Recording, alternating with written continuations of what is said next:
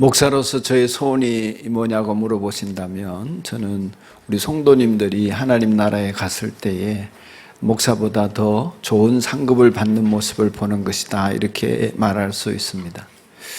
이 세상을 살면서 소원이 뭐냐고 물어보신다면 우리 성도들이 하나님 주시는 평안 속에서 영생을 누리며 살아가는 성도의 모습을 온전하게 살아가는 것을 보는 것이다, 이렇게 말씀드릴 수 있습니다.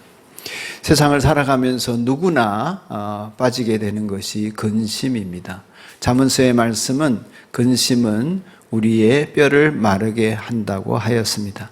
마음의 근심은 우리의 육체를 마르게 한다고 그렇게 했습니다. 그래서 그런지 제 주변에 목회를 하다가 스트레스를 많이 받은 목사님들은 암에 걸리든지 아니면 심부전증 같은 병에 걸려서 지난주에도 만난 동기 목사님이 친구가 심부전증에 걸려서 안식을 취하지 않으면 안 될 정도로 위기가 왔다는 얘기를 들었습니다. 그만큼 우리 인생을 살아가는 데 있어서 하나님이 주시는 평안 안에 머물지 않으면 근심은 우리의 육체를 마르고 병들게 하는 것 같습니다.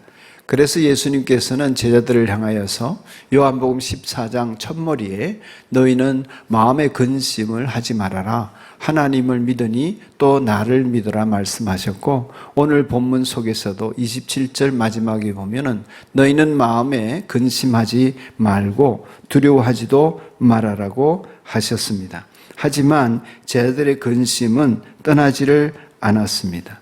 우리들이 가지고 있는 근심이라는 것의 주된 내용은 대개는 미래에 대한 불안감입니다.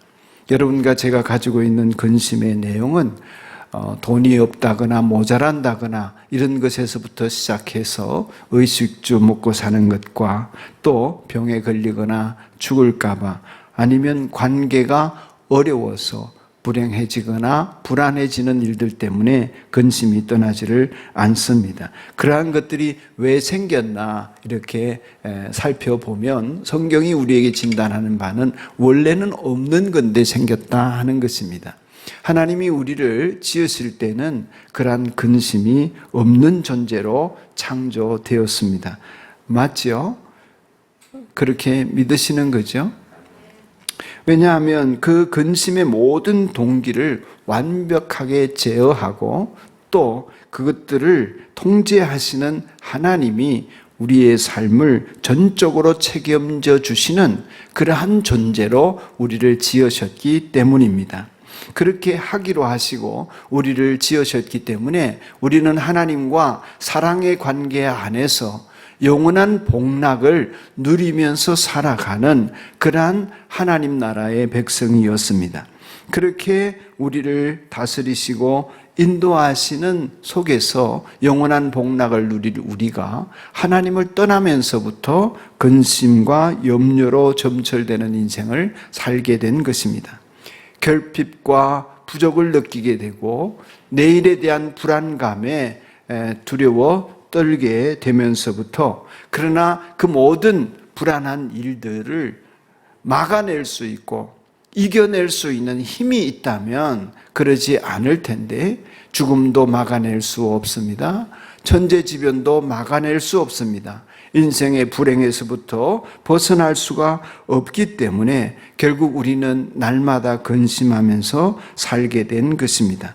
나를 지키고 보호할 수 있는 힘이 있으면 그나마 근심이 덜할 텐데 그렇지 않다는 것이죠. 그 근심의 뿌리가 결국에는 나를 지켜야 하는데 지킬 힘이 없는 데서부터 오는 것이죠. 그래서 사람들은 미래에 이러한 일을 통제할 수 있기 위해서 보험도 들고 여러 가지 건강을 위해서는 보약도 먹고 또 할 수 있는 대로 스스로를 보호할 수 있는 장치도 많이 마련하고 그래서 오늘날 요즘에는 교회 안팎에 아주 CCTV가 가득 차 있는 것을 느낄 수 있습니다. 어떻게 하든지 우리가 좀 안전하게 염려 없이 살아갔으면 하는 마음들이지요.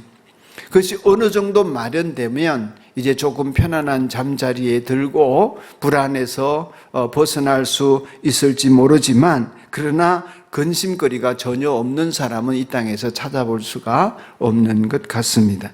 내 힘으로, 노력으로 통제할 수 없는 일들이 너무나 많이 생기기 때문입니다. 더구나 코로나 팬데믹을 지나면서 우리는 좌절하고 절망하고 불안에 떨며 서로에 대한 의심에 고삐를 늦추지 않았댔습니다. 저 사람 때문에 내가 병들고 죽을 수도 있다는 생각 때문에 그렇습니다. 근심 속에 있는 이러한 사람들, 저와 여러분들에게 그 근심을 드러낼 수 있는 세상의 비결을 어디에 물어도 그 비결을 찾을 수 있는 길은 없는 것 같습니다. 내가 오늘도 코로나로 고통을 받고 있다 합시다. 그런 고통을 받고 있는 현장에 주변 사람들이 음식도 날라다 주고 또 먹을거리를 줄 뿐만 아니라 전화를, 문자를 하면서 위로를 해도 진정으로 그것이 내 마음에 위로와 힘이 되어지지 못하는 것은 그것이 문제 해결의 길이 아니기 때문입니다. 고통은 서로시 내 몫이기 때문인 것이지요. 세상이 그렇게 살아가는 동안에 그저 근심과 염려가 당연히 여겨지는데도 불구하고 예수님께서는 오늘 말씀 속에서 너희는 근심하거나 두려워하지 말라고 하십니다. 그 얘기는 곧 이 14장 중반쯤에 있는 6절에 있는 말씀이지만 내가 길이고 내가 진리고 내가 생명이기 때문에 하나님을 믿는 너희는 또한 나를 믿고서 그 근심에서 벗어나라, 이렇게 말씀을 해주고 계시는 것입니다. 믿음이 근심을 몰아낸다는 것입니다. 오늘의 이 말씀이 제자들에게 믿음의 역사를 일으키게 되고 근심을 떠나게 했으면 얼마나 좋겠습니까마는 말씀을 들어도 제자들은 근심을 떨쳐버릴 수가 없었습니다. 이 이야기의 배경은 예수님께서 예루살렘 성에 나귀를 타고 입성을 하신 이후에 일어난 것입니다. 제자들은 예수님께서 다윗의 왕국을 재건하면서 지금 저들을 억압하고 있는 로마 정부나 또 저들을 종교적으로 여러 가지 율법의 틀을 가지고 사람들을 소외시키거나 억압하고 있는 율법주의자들과 대제사장의 권세 아래서 자신들을 온전히 해방시킬 메시아가 되고 왕이 되리라 생각하면서 아주 기쁘게 호산나 외치는 사람들 사이에서 예루살렘으로 입성을 하였습니다. 이제 목적지가 얼마 남지 않은 것 같은 생각이 들었습니다. 그럴 즈음에 예수님께서는 제자들의 발도 씻겨주시고 자기 사람들을 사랑하시되 끝까지 사랑하시면서 하신 말씀의 메시지의 핵심이 내가 이제는 죽을 때가 되었다 하는 것이었습니다. 사람들에게 잡혀서 죽게 될 것이라는 이 얘기를 듣는 순간에 제자들은 꿈이 무너지고 그들의 미래에 대한 불안감 때문에 근심 염려를 떨쳐버릴 수가 없었습니다. 예수님과 함께 있었지만 하나님도 안 계시고 예수님도 안 계신 것처럼 그들은 미래에 대한 불안감에 사로잡혔던 것입니다. 그런 그들에게 예수님께서 너희는 마음에 근심하지 말아라. 하나님을 믿으니 또 나를 믿어라. 내 아버지 집에는 거할 곳이 많도다. 이런 얘기들을 하시는 것입니다. 아니, 좀 믿을 만하게 하고 근심이 없애주면서 근심하지 말라고 해야지 근심거리를 잔뜩 줘놓고서는 무슨 병 주고 약 주는 것도 아니고 무슨 근심하지 말라고 하시는지 도무지 이해가 되어지지를 않았던 것이지요. 그렇게 해서 큰 기대가 무너지면서 제자들은 근심이 생긴 것입니다. 그러니까 가룟 유다나 나머지 제자들이나 모두 이 세상의 힘, 이 세상의 권력, 이 세상의 소유, 이 세상의 지위를 가지고 자기들이 무언가를 얻고자 하고 거기에서 근심과 염려와 불안감을 떨쳐버리고자 했던 것인데 이것들이 무산되었던 것입니다. 오직 믿음만이 그 모든 것들을 다 유산시키고 하나님 나라의 영광을 얻게 해준다고 예수님께서 아무리 말씀을 하셔도 그것을 알아들을 수가 없었습니다. 이 세상이 아니라 보이지 않는 하나님의 나라에 대한 믿음과 확신이 있어야 이 세상의 불안과 염려와 근심에서 자유로워진다고 해도 그것을 알 수가 없었습니다. 예수님께서는 저희들이 알아듣든지 못 알아듣든지 이런 말씀들을 하시면서 지금은 알아듣지 못한다 할지라도 나중에 26절의 말씀입니다마는 보혜사 성령님이 오시면 내가 한 이 모든 말들을 너희가 깨우치게 될 것이다. 이렇게 말씀을 하시면서 나는 평화를 너희에게 남겨준다. 27절에 그렇게 말씀하셨습니다. 예수님이 평화를 남겨주신대요. 그것은 성령님을 보내신다는 것이고 내 평화를 너희 준다. 그 평화는 세상이 주는 것과 다르다는 것은 그 눈이 뜨여져서 하나님 나라의 영광을 보면서 세상살이에 대한 염려와 근심으로부터 자유로워진다는 메시지를 주신 것이다. 그렇게 우리는 지금은 이해할 수 있습니다. 성령을 보내셔서 평화를 남겨주셨습니다. 지난주의 말씀처럼 영으로 살게 하신 것입니다. 육신으로는 끊임없는 근심이 일어나는 세상살이이고 불안할 수밖에 없는 세상살이이지만 영으로 육의 행실을 죽임으로 말미암아 그 영의 일을 이루어가는 하나님의 백성들에게는 이 세상의 육체로 말미암은 근심이 더 이상 근심거리가 되지 않고 거기에 걸려 넘어지는 사람들이 아니라 그러한 것들을 밟고 지나갈 수 있는 능력자들이 되게 하시겠다고 주님이 지금 말씀하고 계시는 것입니다. 육의 행실을 죽이지 않는 이상은 우리는 반복적으로 근심하고 좌절하고 불안해하고 패배하고 넘어질 수밖에 없습니다. 그것을 상징적으로 보여주는 사람이 베드로였습니다. 베드로는 이 당시에 예수님이 십자가에 매달려 죽으시겠다 하시자 베드로는 그리 마옵소서 말리기도 했지만 예수님이 내가 가는 길에 너희는 못 올 거다 이렇게 말하니까 무슨 얘기입니까 예수님? 제가 예수님 죽는 데까지라도 같이 가겠습니다. 이렇게 했던 베드로였습니다. 그러나 여러분과 제가 아는 대로 베드로의 처신은 가룟 유다와 별반 다를 게 없었습니다. 가룟 유다는 자기 생각과 다르다고 예수님을 은 30냥에 팔아버렸죠. 베드로는 죽기까지 충성하겠다, 예수님 따르겠다 했지만 막상 십자가를 지는 예수님의 모습을 보면서 그는 예수님을 모른다. 예수가 누구냐? 그 저주받은 인간이 누구냐? 이렇게 말했습니다. 예수님을 저주했습니다. 가룟 유다는 예수님을 배신하고 은 30냥을 받고 정보를 넘겨준 다음에 예수님이 그냥 갈릴리로 낙향할 줄 알았습니다.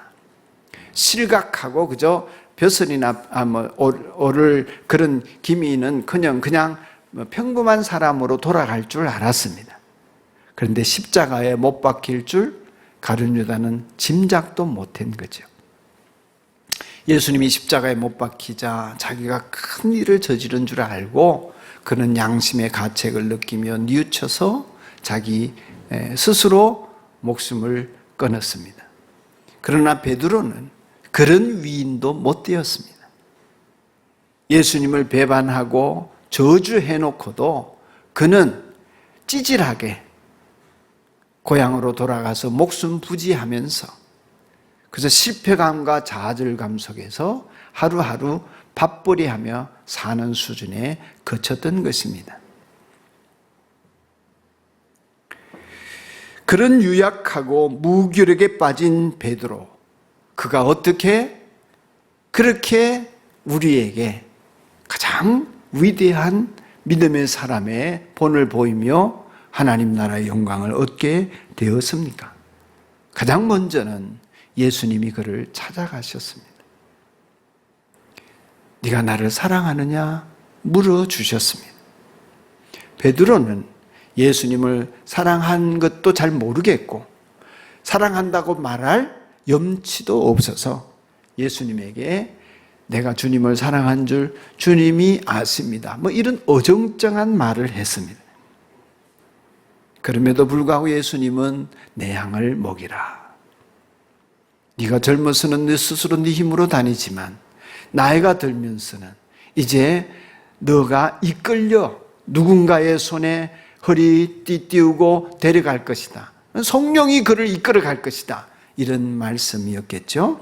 결국에는 예수님께서 그를 북돋워 주시고 마음을 회복시켜 주시면서 약속하신 것을 기다리라. 이렇게 하셨을 때에 베드로는 하나님의 영을 부어주시도록 기도하고 또 기도해서 성령을 경험하면서부터 부활하신 예수님이 실제 제 안에 주관하시고 이끄시는 하나님이심을 알게 되고 자기의 육체를 비로소 이겨먹는, 육신의 정욕을 비로소 이겨내는 영의 사람으로서 예수의 증인이 되었던 것입니다.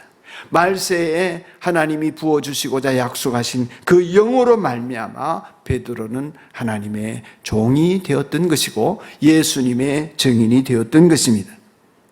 그러므로 베드로에게 있어서 나타나는 그 영광스러운 모습은 그의 결심이나 그가 어떻게 하겠다고 결기해서 되어진 것이 아니라 그 안에 성령이 임하셔서 성령이 그의 육체를 장악하고 그 성령이 그를 이끄시는 대로 그가 이끌려 갔기 때문에 비로소 가능해졌던 일인 것이지요. 구원이라고 하는 것은 내가 주님을 위해서 죽겠다고 함으로 말미암아 내게 얻어지는 상급이 아닙니다. 죽으시는 것, 희생하시는 것은 주님이 하셨습니다.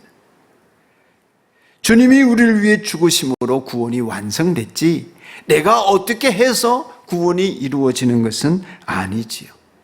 제자들과 성경을 읽는 우리들은 분명하게 예수님이 보여주신 이 진리를 깨달아야 합니다. 우리는 베드로처럼 면목 없는 구원을 받은 사람입니다. 내가 어떤 특별한 뭔가가 있어서 내 안에서 뭔가가 생겨서 우리가 구원을 얻은 것이 아니라 그 말입니다.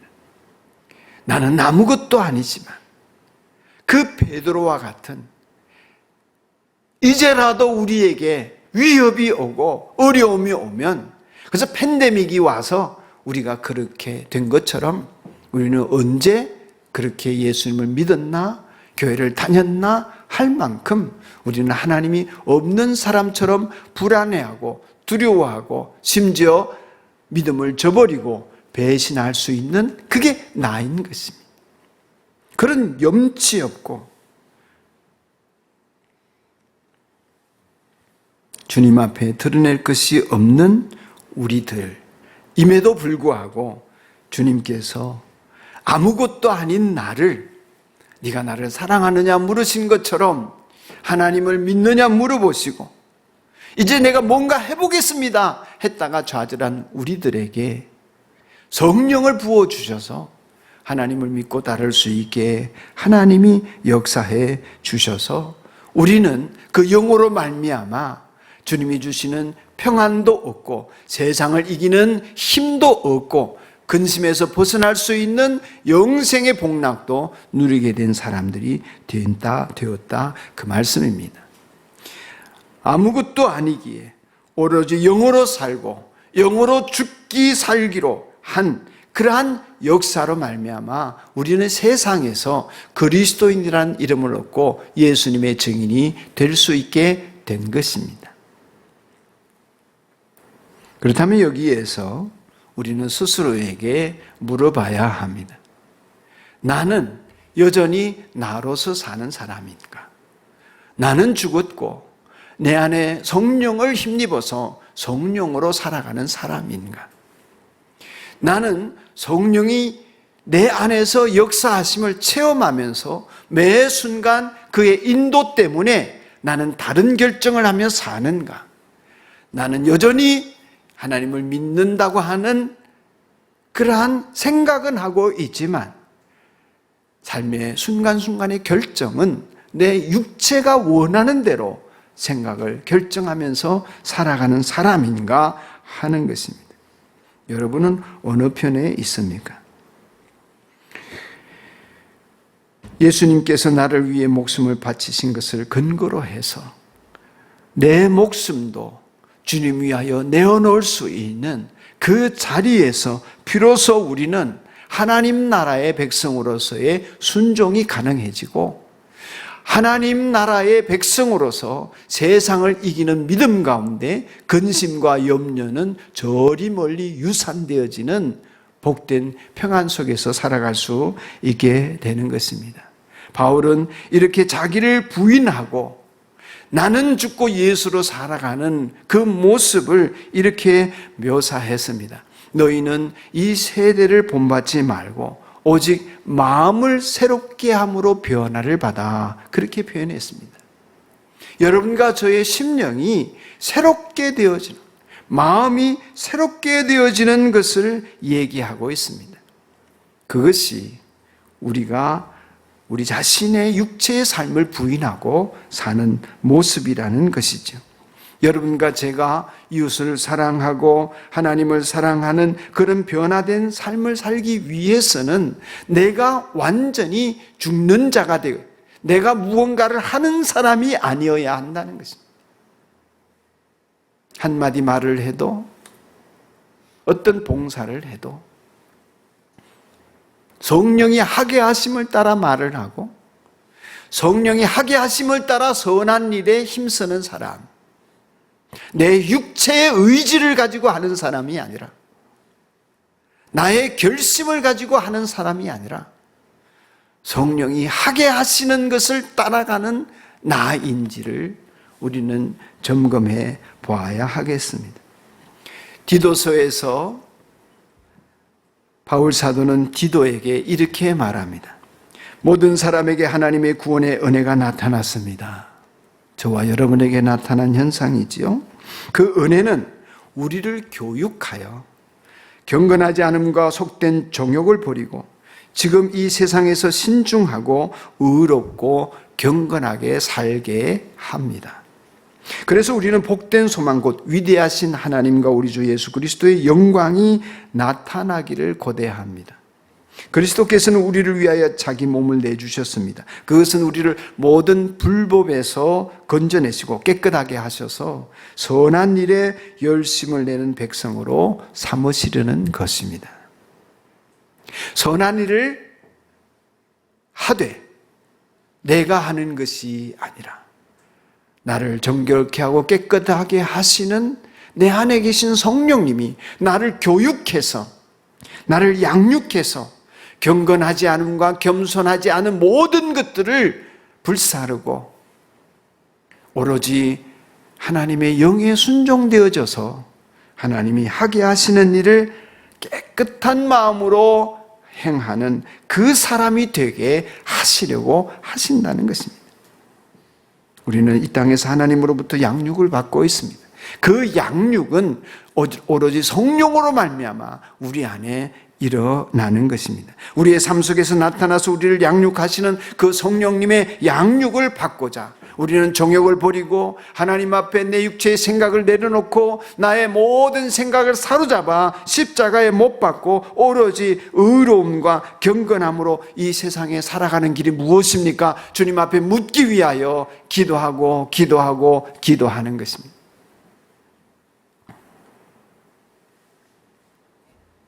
주일에 한 번 예배를 드리는 것으로 우리는 그 일이 성취되어진다고 믿지 않습니다.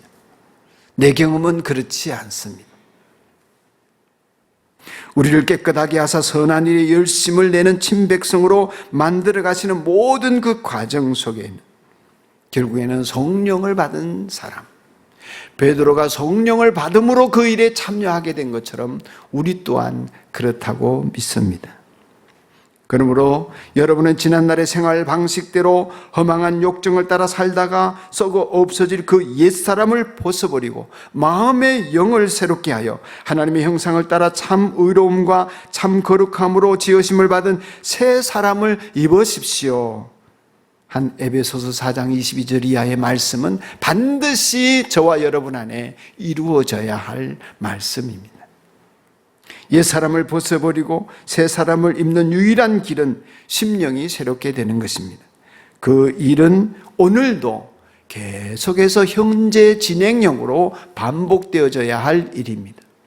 오늘 오후의 성령 집회에도 수요 기도회에도 매일 새벽의 경건 시간에도 날마다 무시로 성령 안에 있는 사람으로서 날마다 내가 하는 모든 은행 심사를 주님께 묻고 살아갈 수 있는 버릇이 들 때까지 이 일은 반복되어져야 할 일인 것입니다.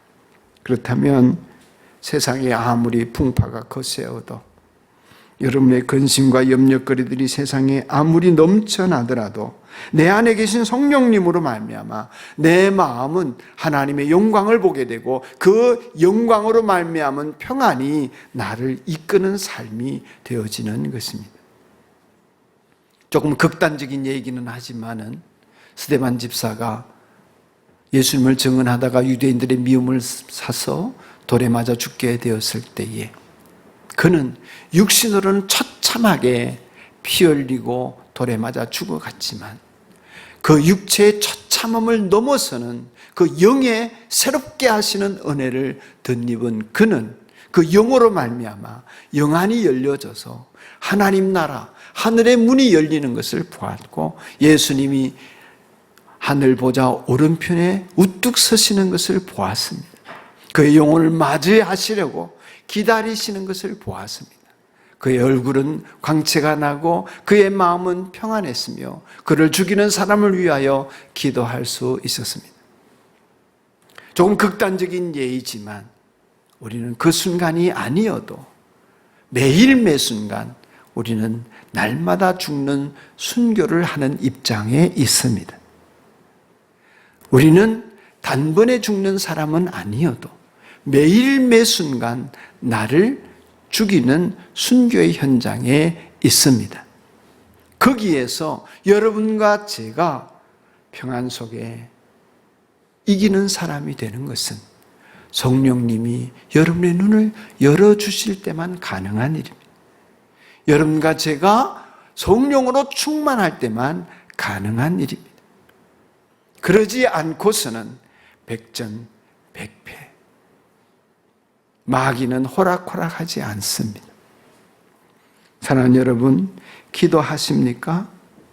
기도하는 줄 압니다. 무엇을 위해서 어떤 것을 구하십니까? 한 번 더 묻습니다. 여러분의 기도가 지금 이루어졌을 때에 여러분은 실패하지 않을 자신이 있으십니까? 여러분이 지금 구하는 것이 얻어졌을 때에 여러분은 다시 근심에 빠지지 않을 자신이 있으십니까? 우리가 전심으로 구해야 할 것은 아마 여러분이 그토록 바라는 지금의 기도가 아닐 수 있습니다. 우리가 전심으로 구하고 얻어야 할 것은 아마도 주님이 약속하신 것을 기다리라 하셨던 그 성령님이 아닐까 그런 생각이 듭니다. 성령이 아니고서는 우리가 이 세상을 이기며 진리 안에 머물며 세상의 근심으로부터 벗어나 하나님의 평안을 얻게 하는 길이 없지 않나. 체험하셨습니까? 성령님을 경험하십니까? 그래서 사랑하십니까? 그래서 기쁘십니까? 그래서 평안하십니까? 그래서 즐거이 참고 계십니까? 그래서 한없는 자비가 샘솟습니까? 우리는 일사각오로 이 팬데믹 시대에 주님 앞에 성령의 역사를 구하고 육체의 정욕을 떼내고 하나님께서 우리를 이끄시도록 나를 내어드리는 자리에 끊임없이 함께 나아갑시다. 그래서 이것이 구호에 그치지 않고 귀에 듣기 좋은 말이 아니라 내 삶으로 나타나는 은혜의 자리에 있게 되기를 주님의 이름으로 축복합니다. 거룩한 나라의 삶이 여러분의 것이 되고 그 나라 안에서만 얻어지는 평안이 간정되어지는 우리였으면 좋겠습니다. 하나님은 그 나라의 영광을 주시기를 기뻐하십니다.